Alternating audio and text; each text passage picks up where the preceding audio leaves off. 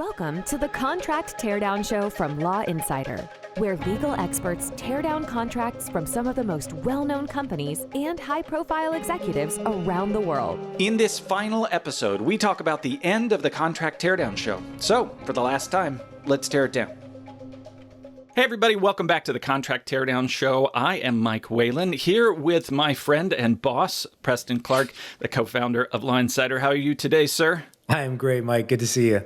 It is good to see you. So we are doing something weird today. I'm going to give a little heads up to the folks at home. We're going to talk about the end of the Contract Teardown Show and what's coming next for me and for Law Insider. So we're going to dig into that. But we're going to do first, boss, what I think the boss people are supposed to do, which is a bit of a retrospective and go through what we did here. So I'm excited to have you here. We're going to talk about the Contract Teardown Show. Let's get started with Law Insider, a bit of background on the hypothesis that brought about Law Insider, how you got to this moment, and then how you thought, hey, educational content might be valuable to the people that we're bringing into this world. Sure. Thanks, Mike. And I'll make that part short because I think the bigger news today is that this is the end of the Contract Teardown Show, which has been just one of the most fun things we've ever done here and certainly one of the most popular. But 10 plus years ago, we saw an opportunity to aggregate public contract data, to segment out clauses and to make it really accessible to legal professionals that need those repositories and those databases to do their work. And to the extent that they don't have it within their firm, so very popular with in-house and solos and organizations that don't have a long history of or a big archive or database of their own contracts. So we did that for a very, very long time, and it became exceptionally popular. We didn't, for 7+ years, we didn't even have a premium version. It was just sort of a passion project, and along the way we had millions and millions of users, and we captured hundreds and hundreds of thousands of email addresses, now millions. And then in January of 2019, we decided that there would be a premium tier. And basically, for many of our users, they never even see the tier. It's probably similar to like a Duolingo where you're just like, oh, it's free, right? And it's like, no, there's a percentage, a 1% or a half of 1% of the users that pay for some premium tools and access. And that's how we are. So we have millions of subscribers of registered users, and we have 10,000 plus paying customers. And along the way, and this is relevant to your question and your involvement with us, we saw a need to engage these thousands and thousands of registered users who were getting regular emails from us. And we wanted to do it in a way that was clever and interesting and also additive to what they came to us for, or relevant to what they came to us for, which was a place to help find contract clauses and contracts. So that was the impetus.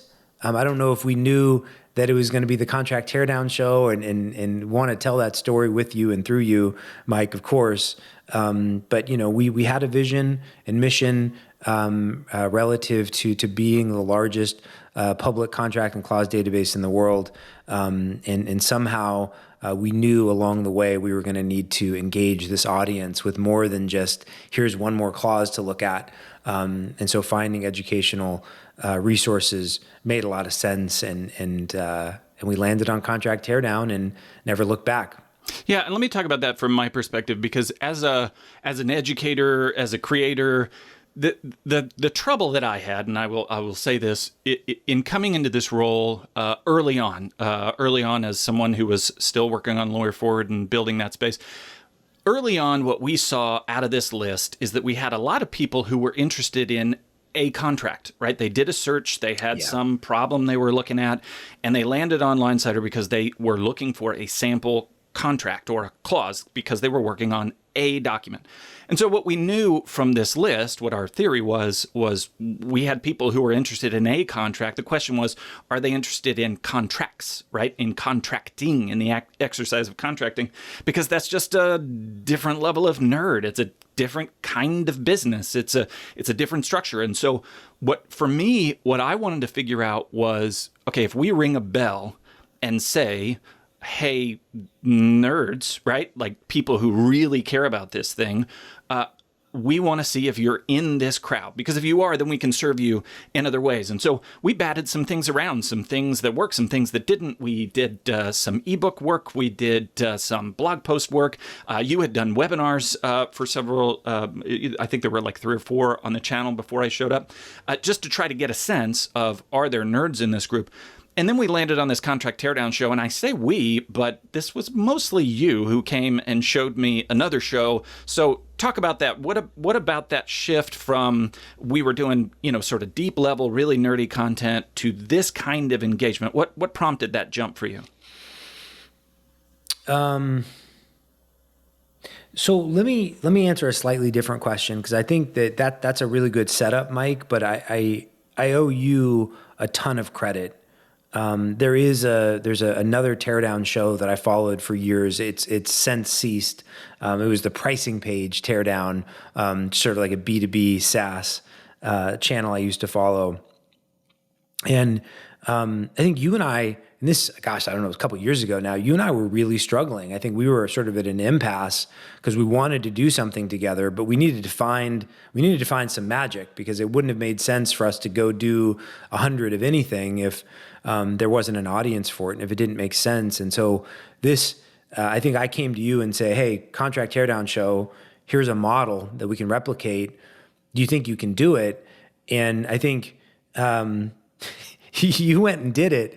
And I remember you coming back with the first episode and then 2 more. And honestly, Mike, my mind was blown, because it exceeded whatever small vision or expectation I might have had. And it was also so clear that it was well within your sort of skill set. You were very good at it, very good host as you are. The guests were having fun, which was really exciting. And then guess what? It was about contracts. And also guess what? The framework, we could easily envision doing 20 or 50 or 100. And so I think it became sort of this self-fulfilling prophecy. And then one of my close friends and mentors, I remember right after your 3rd episode, and we were in hundreds and hundreds of views, or over 1,000 views, I went to David Baga and I said, hey, let me show this to you. We have something here. What do you think? And he's like, oh yeah, if you just launch this and you're getting that type of feedback, both sort of in email and in the comments on YouTube, go. Sit down with Mike and go make a plan for 100, because it's so hard to do that. And I'm answering a different question now, but let me just pull this thread. Okay, there's Mr. Beast. When we go to our kids and we're like, hey, Law Insider has 10,000 subscribers, what do? They roll their eyes and they're like, big deal. Call us when you have 1 million. But the reality is, if you go look at comparisons, if you go look at any legal tech company or even any legal research company, they don't, and maybe they never tried to win YouTube, but clearly there's an appetite for it among the legal community, because you have gotten us, I think it's now 11,000 subscribers. And so I think that we figured something out. We cracked a code, or we got lucky and landed on something that was replicable and that there was appetite for. And then I think we just stuck with it. So I don't know if I have some macro vision of how this all came together. I think we were testing and looking for something to hit, and obviously this hit. Yeah, and I want to talk about numbers, but I just have to say, in terms of developing this, and I think there's a lesson here for people who are thinking about creating content, whether for B2B or for their own firms. The thing that we were able to do with this show that I think worked really well for Law Insider is Law Insider has the friction at Law Insider is somebody sees a sample contract, ... they have a finalized contract. And it's the ... right? For Law Insider as a product, when people show up, the distance between thanks for the samples and I have a finished contract is a kind of thinking, and a kind of thinking that we were able to model with the Contract Teardown Show, right? So as B2B content, I loved it because it specifically modeled the behavior that we wanted from the users that were there. And it did so well. Just to give a couple of numbers, we have slightly over 100 teardown episodes. We had a couple also that we did that were live. We have some webinars in the feed as well. But we got to 11,500 subscribers. We have 166,000 views of that show and 16,000 watch hours. And again, to your point, this is not Mr. Beast, right? Like, we're not taking down the mega networks of podcasting. And by the way, we also succeeded on podcasts. We had, I think, about 60,000 downloads. But when you think about law, you think about Law Insider, about a freaking talk show about contracts, right? Like, as a concept, this just seems crazy to me that this many people are watching that. What did you see as somebody who's building this company from that kind of behavior? What did that say to you about the appetite for educational content and specifically how it aligned with the product that Law Insider offers? Yeah, I think the second part of the question is the one that's most important to me, and I think to any sort of B2B revenue or growth or content leader. Mike, we talk about this concept of there's a book called Challenger Sale. The section of the book is called Commercial Teaching, and it's about designing and architecting content that ladders back and anchors back to what you do as a business and the service you provide. The opposite version of that is, what if we hosted a talk show or a game show and everyone loved it?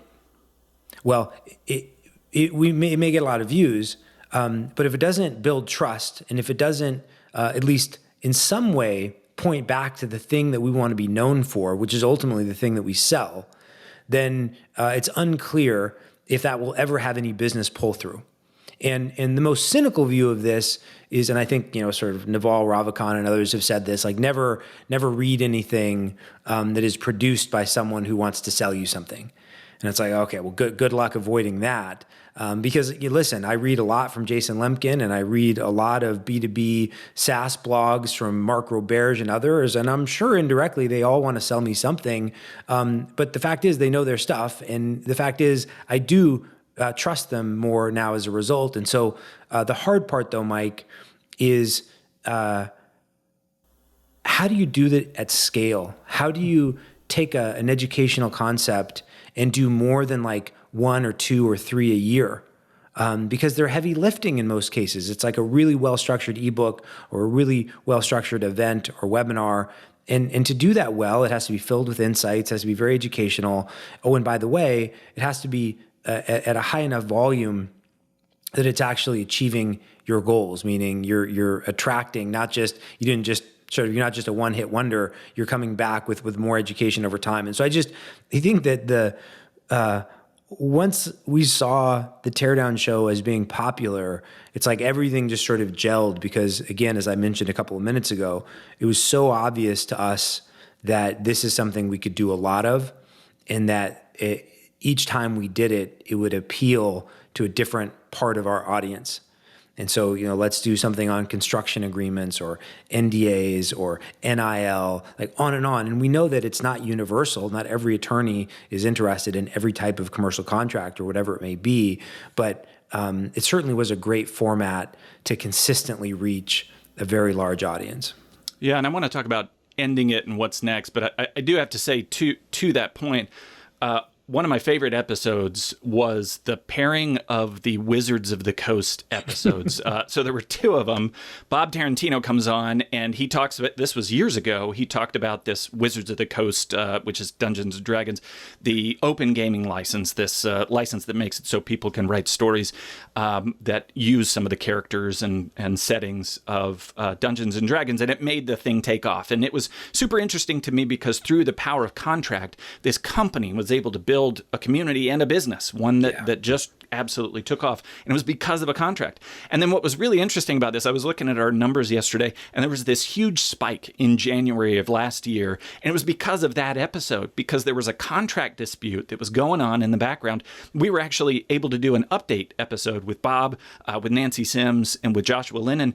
And it was really interesting to me because in that context, we were able to talk about what does it mean to contract? How can contract build a community and tear one down? And I think a lot of times as I've thought about this kind of in the meta, one of the most interesting things about this job is that people think I know about contracts, which is hilarious because I did some contracts when I practiced, but it was not my area of focus.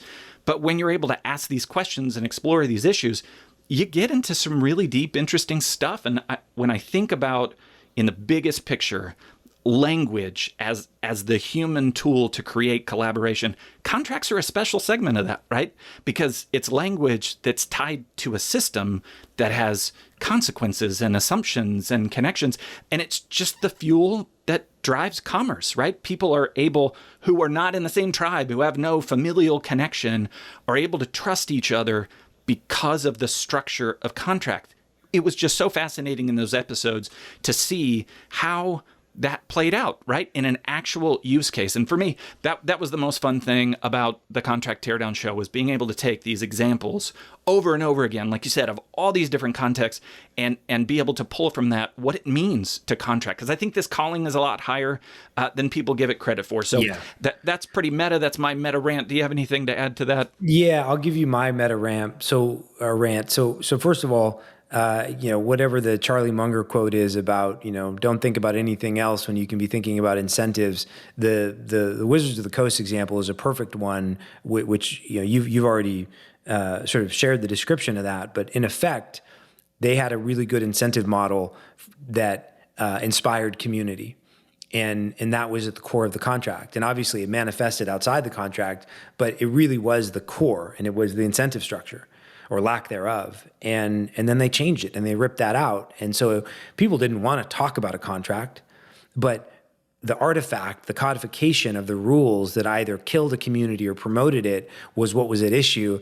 And, I think maybe my first favorite contract teardown moment was the first one we sent, and all the comments we got, people just being like, this is genius, or this is a brilliant idea. And I don't mean like ego, like great. I meant like, holy crap, Mike, we found something that people like we did it. And that was, number one. And number two, a close second, is the comments we got from Wizards of the Coast, because suddenly, and you can post this somewhere, suddenly people were commenting, the authors of this video are going to wonder why their views just spiked. Like the whole world was now seemingly descending on this video that we had, you had created months and months prior, and lo and behold, it was now very relevant. So we didn't have a ton of zeitgeist moments like that, but it's super special when it happened.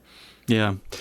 Well, thinking about now transitioning to ending the show, I'm curious your take on educational content in general for the legal audience, because we did the Contract Teardown Show, and obviously that was sort of the backbone of what we were doing with educational content. We also created, we were doing courses that modeled, spun off of the teardown. Every time we do a webinar, we'll do it almost as a live teardown episode where we'll have people in the room and we'll put up some contract language and we'll say to the room, what do you all see here? What's bothering you? And it just spikes engagement with all these lawyers saying, hey, I want to do this. I want to think like this. We did, like I said, a bunch of ebooks. We did templates. We've created a lot of educational content that will continue to live on Linesider.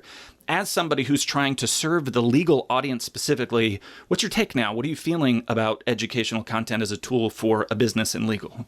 Yeah, so let me break that into two parts. So first, the Contract Teardown Show, like any show, was always going to come to an end. It was always going to be a last episode, and we could either, you and I could sit down and give it its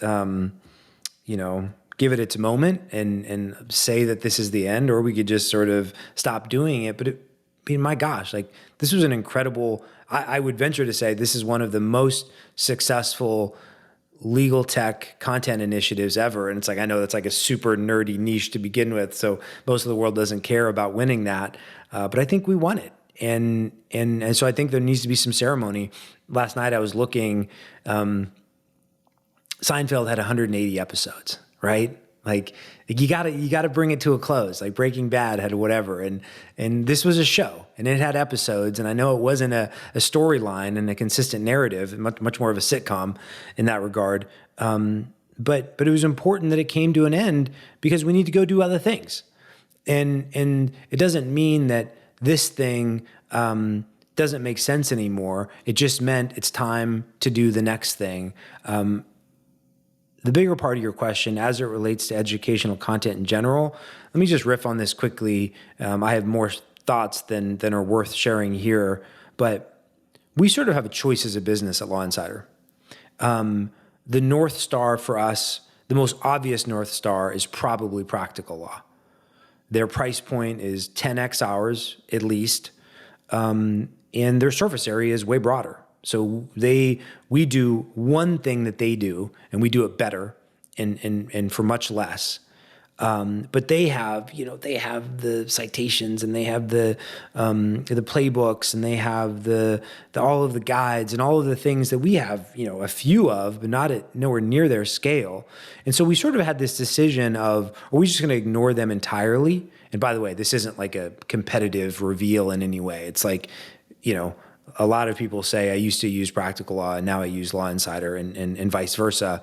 We're a different price point. We serve different markets. But as a North Star, I think the idea was, were we going to create and fill a library of original content that rivaled or at least had some comparison to what Practical Law had achieved? And the reality is we're probably not. We don't have the expertise. I don't think we have the budget. And I'm not even sure if we're that excited about it because it's not my expertise. It's not my background. We don't have the internal SMEs that would go build that. And so then it's like, Teardown had this middle ground of both education and entertainment, which was awesome. And now we get to sort of decide, as this show breaks, do we continue down that path and invent a new show that has similar sort of goals and aspirations around it, or do we move away from education and focus more just on the blocking and tackling of contracts? I mean, it's educational, but maybe less self-aware as education and more of just tools and resources that can be consumed. And I don't want to give anything away at this point, but obviously we have some huge news that will be shared in London in a couple of weeks at Legal Geek, which will signal to where we're headed in that regard. But even then, we don't know exactly what's going to work yet. So Mike, you and I found something that worked, and we ran with it for a couple years, and it was massively successful. And like any sort of studio, like Hollywood, right? Like we had a blockbuster. Now the question is, what's the next blockbuster, and is it going to be a sequel, or is it going to be, are we going to switch genres? I'm not sure yet. But I hope we have a hit. Yeah. And I mean, honestly, just really grateful personally that that Law Insider has supported and resourced the chasing of this, because you mentioned, if I could pivot selfishly to me, you mentioned that there wasn't like a narrative through line through the episodes of the Contract Teardown Show, but if there was one, it was me learning what all these really smart friends, like friends that I made through creating this show, that Law Insider made through creating this show, these advocates for Law Insider now who feel embedded and involved, and also just gave it themselves to help me as sort of the useful idiot on the show to ask the questions and to learn about contracts. And, when I wrote Lawyer Forward, there's a similar through line of a narrative of me learning what it is to practice law and that story. And the more I do that, I have found, the more I have these opportunities to sort of learn out loud, the more resonance it has with people, and honestly, the happier it makes me. And so one of the big reasons for this change and for me moving on from Law Insider is to be able to keep doing that, to focus on my work as a writer, to try to build, these other places that I can help not just lawyers, but the public more broadly to to learn about systems, to learn about complex issues in the world, and to be able to do it out loud. So over the coming year and years, there will be more of these, like you said, these shows, these bets that I'll make to go and try to learn out loud. I'm finalizing a manuscript of a draft of a book right now called 90 Day Known Expert, and it is grueling and difficult to write a book. It is so hard, but to be able to, now I'm near the end, and to see that line from the beginning where it's confusion and difficulty and just thinking out loud and asking smart people, and then getting to the end and being able to say, hey, Dorothy, you're at Oz now. You've arrived. It's a muscle that I really enjoy developing. I love that I've been able to do that work at Law Insider for people I care about, for the legal professionals that I have tried to serve for the last decade. Having this opportunity has been fantastic. So I want to thank you, and also give the opportunity to even just seed what's next for Law Insider as what's going to happen with this educational content that we've created. If people want to keep learning from Law Insider, what's the right way to do that? Sure. I will answer that, but I want to thank you, Mike. I think you've been an incredible partner. You brought incredible energy and consistency to this initiative, which it needed both. Also, for the reasons you just articulated, there's only one host of the Contract Teardown Show, and it's Mike Whalen, right? Because I think that if you brought a contracts expert into this show, that there would just be clash. It would just be a debate. It would be talking heads, sort of like, well, I would have done it this way. So I think that your learning out loud, being a listener, a prober, was engaging for the audience, and ultimately I think it was engaging for the listener. So I can't thank you enough for what you gave to this show. And the YouTube channel isn't going anywhere, right? So part of the future, the same way Law Insider is a database, YouTube is a database for us. Our resource center is a database, and you have now created a permanent footprint and mark on our business and on this community that will persist into the future, because this is mostly evergreen content. Wizards of the Coast may not be as relevant tomorrow as it was, 12 months ago, but it's not going anywhere. So part of it is this is permanent. And where we go from here, what can I signal? There's a lot of things that are coming that we're very excited about. Law Insider, when you joined, we were much smaller. We have, as I think we're over 10,000 paying subscribers now, which allow, and I don't take money out of the business. I've never paid myself here. We invest everything back in, and as we do that, we can place bigger and bigger bets. And so you're going to see that reflected when we have this big announcement here in a couple of weeks, and then that's just the beginning. So I won't foreshadow more than that, but you helped us get to where we are and where we're going to go now. I think is going to be really exciting. Yeah, big watch this space energy, as the kids say. So make sure that you go to lawinsider.com/resources. You pay attention there. Make sure that you're subscribed to our newsletter so that you can continue to get these updates every week. And as for me personally, I'm going to give you 2 websites that you can go hit that we'll also have in the notes on this episode. If you go to 90, that's the number 90, 90dayknownexpert.com, you'll be able to sign up for news about this book that's coming out. In brief, it is what it sounds like. Over a 90-day period, you'll be able to start from neither known nor expert and do the work to, by the end of that 90 days, create the habits that'll make you a known expert. The other thing is lawyerforward.com, specific to this audience. If you want to join us in Austin, we're looking at doing an event in Austin, really dealing with practical innovation in the legal space. I think for me, my job has always been to bring the humanity into these ideas of how to improve law practice and law practices. So if you're into that, go to lawyerforward.com and you can sign up for news about that event as well. Preston, this has been a heck of a journey. I appreciate you. I thank you for supporting this and for the whole Law Insider team making this happen. I look forward to learning with all the rest of you from Law Insider into the future, and I hope to see you all online. Preston, thank you again. I appreciate you, Mike. Thank you. Thanks so much for tuning in to this episode of the Contract Teardown Show from Law Insider. If you're enjoying the show, please feel free to rate, subscribe, and leave a review wherever you listen to your podcasts. That helps others find the show. We really appreciate it. Thanks again for listening, and we'll catch you in the next episode.